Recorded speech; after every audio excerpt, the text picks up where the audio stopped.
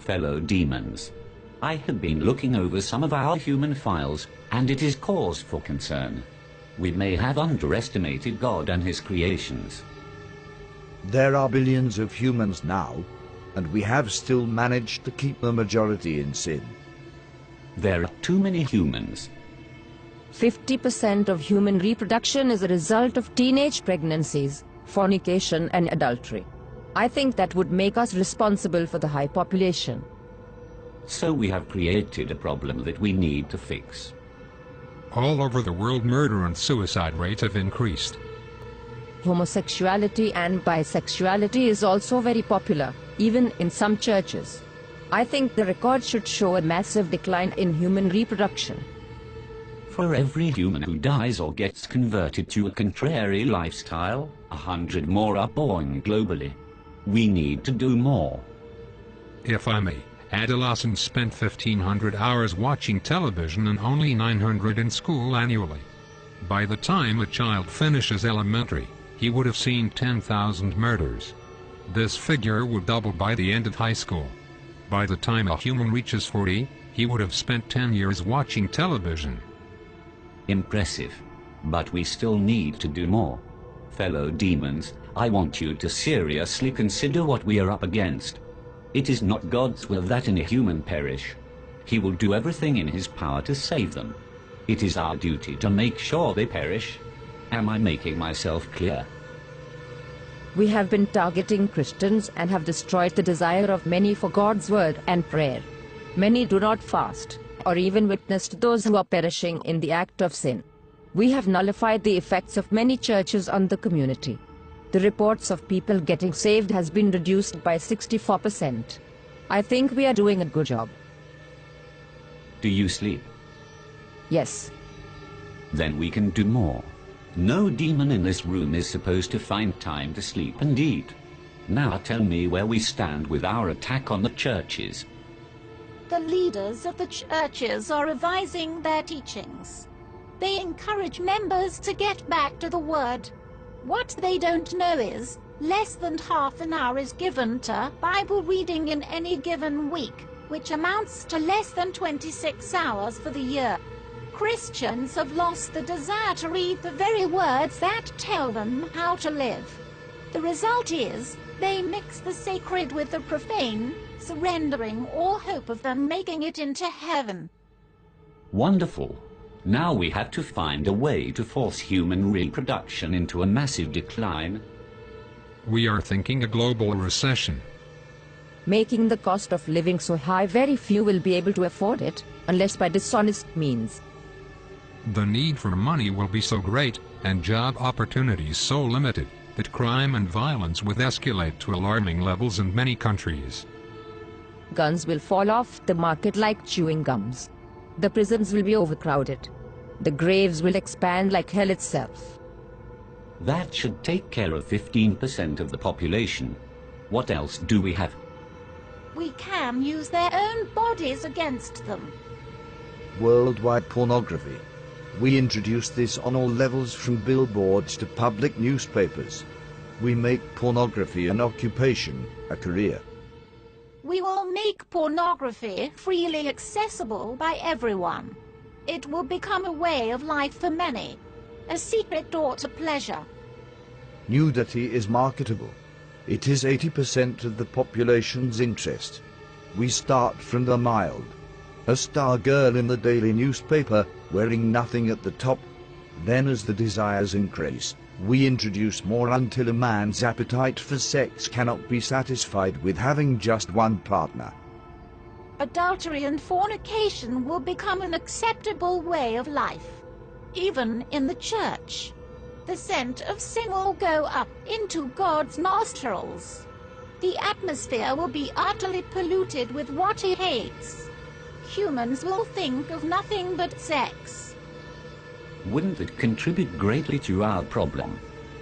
Not if there is a way for humans to protect themselves from pregnancies and diseases during sexual activity. Imagine what will happen if humans had a way of having sex without fear.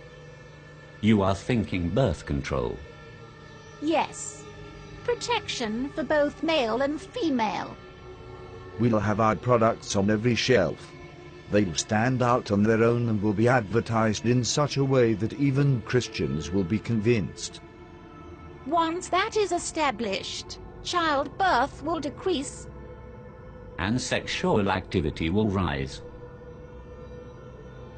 Exactly. Sounds real good so far. What else do we have? There is something that we have noticed about these humans over the years. It seems like great emphasis is placed on self. They seem to have forgotten that self-denial is a prerequisite to a Christ-centered life. The self, it seems, have taken top priority. I expected as much. We think it would be good if we applied even greater pressure in this area. Spice up this world a bit. Make material things a lot more attractive to the human eye. This will increase their desire for gain and decrease their passion for God. Men shall be lovers of pleasures rather than lovers of God. Humans have always preferred instant pleasure above spiritual gain. They spend more time on themselves than they do with anything concerning God. Indeed. But all these are outer attacks. It is their minds that we need to control. That is where I come in. I will tell you of our inevitable victory. Within the confines of these walls, there exists a secret chamber.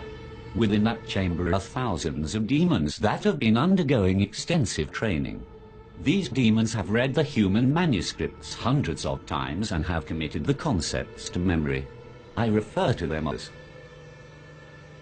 the New Age Sadducees. How effective are these seducers? They can convince a man to become a woman. They will convince men to kill themselves for no reason. They will seduce men into having sexual relations with animals. That should turn the stomach of heaven. Precisely. Men will turn on each other within their own groups. The church will be against the church. Politicians against politician. Family against family. The seducers can accomplish this? Without a doubt. Once each group is divided, they'll be unable to stand. There will be some who will only listen to the voice of God. A minority at best. Humans no longer see the need to protect their minds, thanks to our influence through the media. They entertain every thought, every fantasy, and every lust. Many don't know who they are, or whose they are, and that is a great advantage for us. On top of that, there has been a significant decline in prayers and the sincere study of the Holy Scriptures. We have the advantage. Our powers increase as we draw closer to the end. It is time we exact our revenge on God for kicking us out of heaven by sending as many humans to hell as we possibly can. So we go all out this time. I do not want to push God's hand too quickly. I want to savor every moment. I want to watch Jesus beg for these carnal beings till his heart bleeds again. I want him to watch as his children are reduced to godlessness. I want him to watch as his prized creation choose to fornicate and live adulterous lives. I want him to see the hungry die of starvation, the widows and orphans and those in prison go unvisited, and purity become a thing of the past. I want him to witness a 12-year-old giving birth to a child, and I want him to watch his precious believers spending hours before the television watching our programs and listening to our music and taking just a minute to brush the dust from their Bibles, while spending hours on Facebook and Twitter. I want him to witness them turning their backs on him for the pleasures of this life. Best of all, I want to watch him resist his own temptation to destroy this world again. Our victory is inevitable.